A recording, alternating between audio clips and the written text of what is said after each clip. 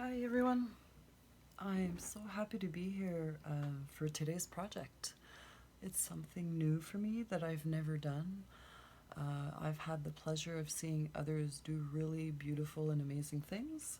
So I'm using this wooden box here. I've taped all around under so it doesn't get dirty. And I will be using my leftovers today, my leftover paints.